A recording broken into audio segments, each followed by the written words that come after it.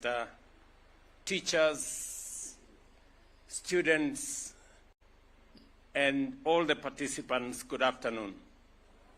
Hamjambo. It gives me immense pleasure and joy to join you at the 97th Kenya Music Festival State Concert, where we celebrate the extraordinary talent, creativity, and cultural expression of our learners from across the nation. These performances are not just a showcase of artistry. They are powerful tools of education, unity, and national development. Critically, the art and performance industry are vital pillars of job creation for our young people. This year's theme, Enhancing the Creative Economy Through Artistic Expression for Sustainable Development, could not be more timely or relevant. Across the world, the arts and entertainment sectors are emerging as solid sources of income and formidable new frontiers for wealth creation. Ladies and gentlemen, our creative and entertainment sector currently contributes only 5% to our GDP and only 0.25% to our total wage employment. This means we are only scratching the surface. With the right investment and policy support, this contribution can rise all the way to 30% in the very near future. The government has put in place robust policies and initiatives to promote the music and arts industry, recognizing its potential to create jobs, promote culture, foster national unity, and contribute meaningfully to our economy. When I was elected in August 2022, only 4 countries were monetized. Only 4 African countries were monetized on Facebook, and Kenya was not one of them. After determined negotiations between the government of Kenya and the top leadership of Facebook, the company honored its commitment, and today, Kenya is among the select few countries whose creators are paid for their original content on the platform. We fought hard and won, and we are not stopping here. Next month, during my visit to New York for the United Nations General Assembly, I will meet leaders of major global technology companies to expand collaboration for the benefit of our creators. This includes integrating M-Pesa into Facebook's payment system to make payouts faster, easier, and more accessible.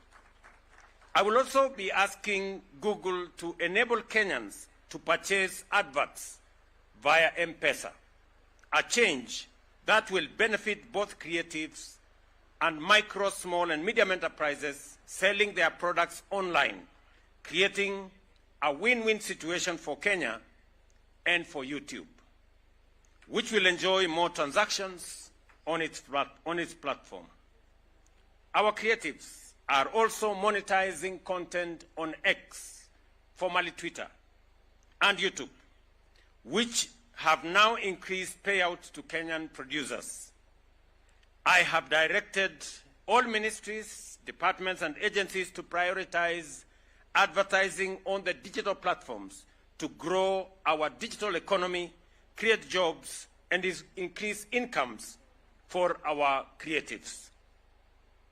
This is the context. The more we advertise online, the higher our content is weighted, and the more our creatives will earn. We have no excuse, therefore, not to advertise online. Mr. Chairman, earlier this year, we hosted the inaugural US-Kenya Creative Economy Forum, a milestone whose impact will soon be felt across the creative industry. Next month in the United States, I will meet with the Recording Academy, organizers of the Grammy Awards, to fast-track plans for establishing world-class studios here in Kenya and to set in motion the journey towards eventually hosting an African edition of the Grammy Awards in Nairobi. As usual, there are those who doubt, the cynics who question everything we do. But as we have always done, we will answer them with tangible outcomes that benefit Kenyans. The Grammy team has already expressed interest in anchoring their presence within our new Talanta Stadium in Nairobi. To this end, I am directing the Ministry of Youth and Creative Economy to expedite all outstanding steps to deliver a truly state-of-the-art creative experience for our artists, producers, and innovators right here at home. Furthermore, the Government of Kenya has established the State Department for Creative Economy under the Ministry of Youth Affairs to focus on developing the creative industry, including music, film, fashion, and the performing arts. Beyond this, I have set up a coordination and advisory unit within my office to direct and connect creatives directly to the presidency. This formalizes our commitment to treating creative talent as a strategic national development resource. The creative industry will be a major pipeline for jobs in the very near future. In addition, the Government of Kenya is steadily implementing the competence-based education framework under which music, drama, and visual arts are part of the curriculum from early years to senior school. In fact, arts and talent-driven careers will be a distinct pathway in senior school beginning January next year. This financial year, through the Teacher Service Commission and the Ministry of Education, we are undertaking a Kenya shillings 950 million retooling program to ensure we have the human resources to identify, nurture, and guide artistic talent from a young age. I want to agree with those who have made the presentation ahead of me that we have been going through a journey of reforming our education so that it meets the requirements of the marketplace. It meets the requirements of the Vision 2030 that we are focused on.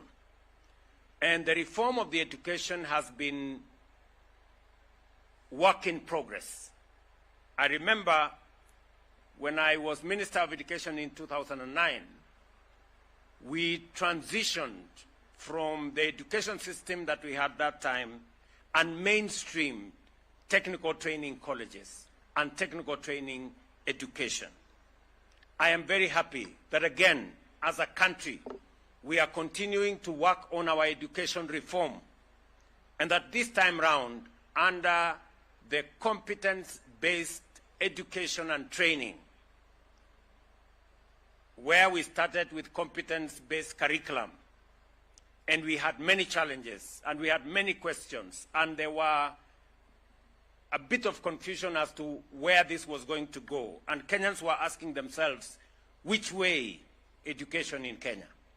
I am very proud that today, our professionals in the education sector, working with the Ministry of Education and working with the Government of Kenya, we now have a clear pathway that points to the future of our education in a meaningful and comprehensive way. That now we will have 3 pathways that is going to harness